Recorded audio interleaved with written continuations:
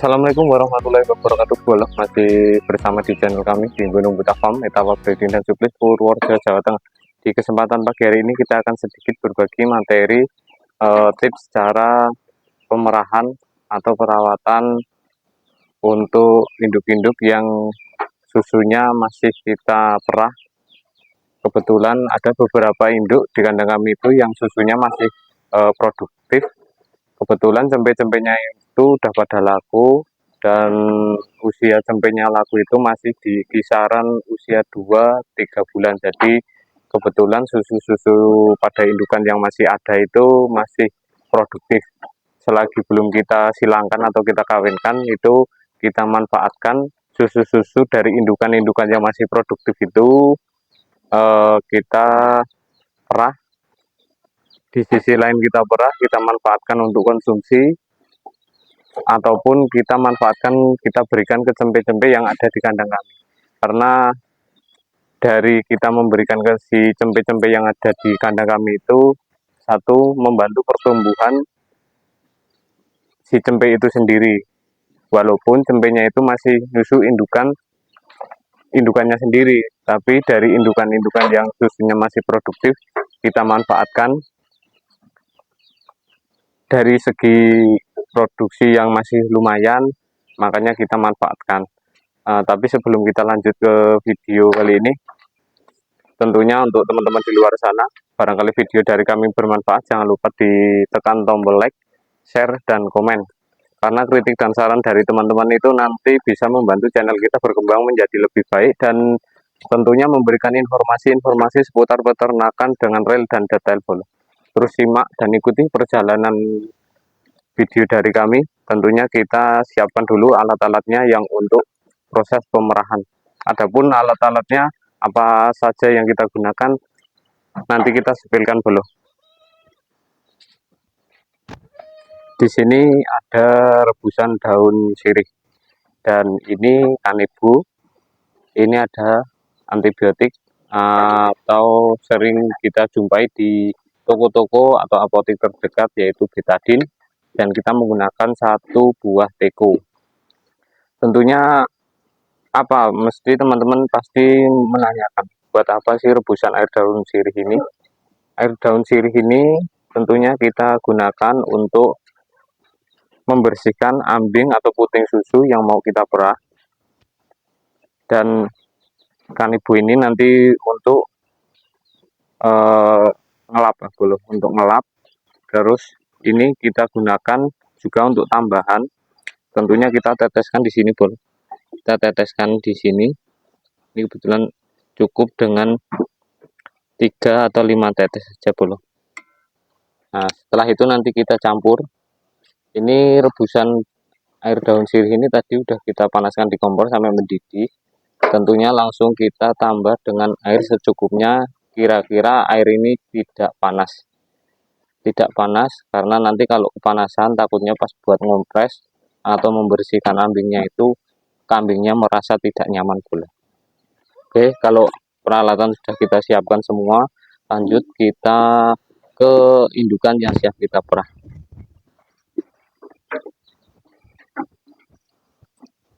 Udah ada di depan indukan, salah satu indukan yang ada di kandang kami yang mau kita perah untuk susunya. Ini rebusan air daun sirih yang kita campur dengan betadine tadi, fungsinya untuk membersihkan puting atau ambing dari indukan yang kita perah. Nah, seperti ini, Bol. Kita bersihkan semua dulu. Fungsi dari rebusan air daun sirih ini sendiri yaitu untuk netralisir bakteri-bakteri yang menempel ada di luar ambing atau puting susu.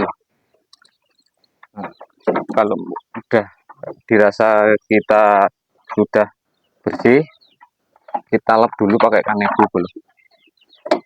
Kita lap dulu. Ini usahakan indukannya dicancang, Bol, biar tidak bergerak. Kita lap dulu. Kalau udah kita lap, langsung kita perah, Bol. Nah, cukup seperti ini, dan ini berlaku untuk semua indukan yang ada di kandang kami, Bol. tanpa terkecuali. Jadi kita manfaatkan susu-susu yang ada di kandang kami itu seperti ini ketika cempe-cempenya itu sudah pada laku di usia dini. Jadi salah satunya kita memanfaatkan peluang yang ada, kita perah, kalaupun ada yang membutuhkan juga layak untuk dikonsumsi teman-teman di luar sana. Adapun di sisi lain juga bisa untuk penambahan gizi untuk cempe-cempe yang ada di kandang. Kalau sudah habis seperti ini kita pijat-pijat di pangkal ambingnya, kita pijat-pijat pelan-pelan. Nanti yang ada di pangkal ini setidaknya dia akan turun. Ini kebetulan indukannya ini udah kita kawinkan kurang lebih 2 mingguan. Karena kalau udah kita kawinkan itu pasti untuk produksi air susunya itu akan berkurang bolo. Contohnya seperti ini. Kalau dia kawinannya sudah jadi pasti akan berkurang. Nah, akan berkurang. Dan ini berlaku untuk semua indukan-indukan yang ada di kandang. Oke, kita lanjut seperti yang tadi bolo, kita bersihkan dulu untuk putingnya atau ambing susunya dengan tebusan air tadi. Kita ganti indukan bolo. Kalau dirasa udah bersih, lalu kita lap lagi pakai kanibu.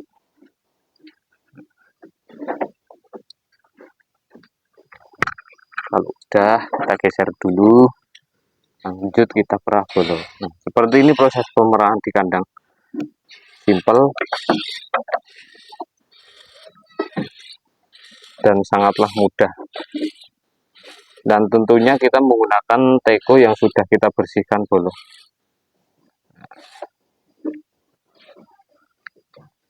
Kita pijat-pijat lagi di pangkalnya pelan-pelan. Nanti yang ada di pangkalnya itu akan turun lagi bolo. Akan turun. Nanti bisa kita perah lagi. Dan di sisi lain untuk membersihkan sekitar puting atau ambing susu itu tentunya untuk menjaga kesehatan indukannya sendiri biar terjauhkan dari gejala-gejala seperti kanker susu atau mastitis. Itu bolo. Jadi kalau terkena kanker mastitis itu proses penyembuhannya itu butuh waktu yang panjang dan butuh ketelatenan bolo untuk merawat indukan yang terjangkit atau terkena mastitis atau lebih mudah dikenal dengan kanker susu. Itu prosesnya lumayan panjang. Itu udah pernah kita konten di beberapa video yang dulu. Mungkin untuk teman-teman yang baru bergabung bisa scroll ke atas dari konten kita, mungkin ada yang bermanfaat. Nah, ini kan turun lagi bolo. Tentunya kita perah. Ini berlaku di semua indukan yang ada di kandang sini bolo. Dan tentunya jangan khawatir, insya Allah untuk kebersihan tetap kita prioritaskan bolo. Nah, walaupun sedikit ini nanti terkumpul untuk dari beberapa indukan, karena 2 indukan yang kita perah saat ini itu udah kita kawinkan. Dan jarak kawinnya itu pun nggak beda jauh, kurang lebih ini 3 atau 4 hari setelah indukan yang pertama tadi kita perah, ini juga minta dikawinkan, lanjut kita kawinkan. Makanya untuk produksi air susunya itu sedikit berkurang. Bolo. Dan untuk indukannya sendiri itu sering kita mandikan tentunya untuk menjaga kebersihan dan kesehatan kambingnya itu sendiri. Untuk indukannya sendiri itu paling tidak kita mandikan 2 minggu ataupun dalam perjalanan 2 minggu sekali itu kita mandikan, tentunya melihat cuaca. Kalau cuacanya mendukung kita mandikan bolo. Dan untuk kandangnya sendiri pasti tentunya kita bersihkan juga. Kalau dalam kandang kami itu berlaku indukannya kita mandikan 2 kali. Untuk kandangnya pasti kita kita bersihkan itu 1 kali. Jadi untuk indukan atau kambing yang ada itu 2 kali mandi, untuk kandangnya 1 kali mandi, agar terjauhkan dari hal-hal yang tidak kita inginkan. Terus simak dan ikuti perjalanan kita. Kita ganti indukan lagi bolo. Lanjut karena kegiatan kita di pagi hari ataupun sore hari seperti ini bolo. Barangkali nanti bermanfaat, silahkan dibantu share banyak-banyaknya.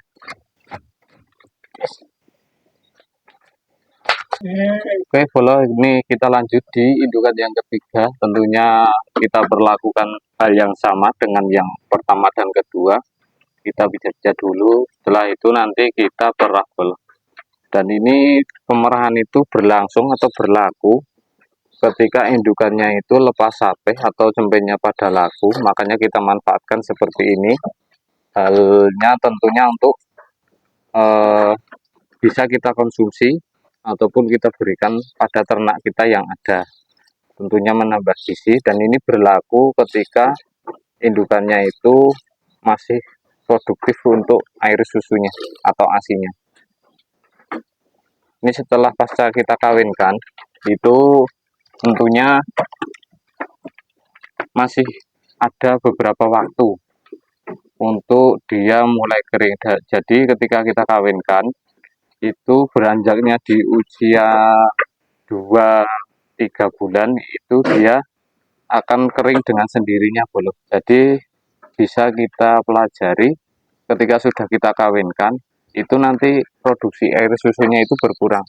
Ketika berkurang dalam tempo 1 atau 2 bulan, itu menandakan dia kita silangkan jadi, atau lebih dikatakanlah kawinannya jadi, dia bunting bro. Nah nanti di usia 2-3 bulan itu ambingnya ini tidak akan mengisi bro, alias kering. Nah nanti ketika memasuki usia kandungan 4 bulan, dia akan mulai turun lagi, mulai produksi lagi sampai di usia kandungan 5 bulan dan siap melahirkan bro. Jadi tentunya proses perjalanannya seperti itu kan. Kalau tidak kita perah seperti ini kan sayang bro, tidak kita manfaatkan. Padahal fungsinya itu jelas, untuk kesehatan juga dikonsumsi bagus, untuk ternak juga bagus bro. Dan kita pun memandikan kambing ini berlaku untuk indukan-indukan yang masih produktif susunya. Tentunya untuk mandinya, kalau misalkan kita kawinkan itu di usia 1-2 bulan dari usia kawin, itu tidak kita mandikan dulu bro, tapi untuk kebersihan kandang tetap kita selalu bersihkan. Kenapa tidak kita mandikan di usia kandungan menginjak 1 atau 2 bulan?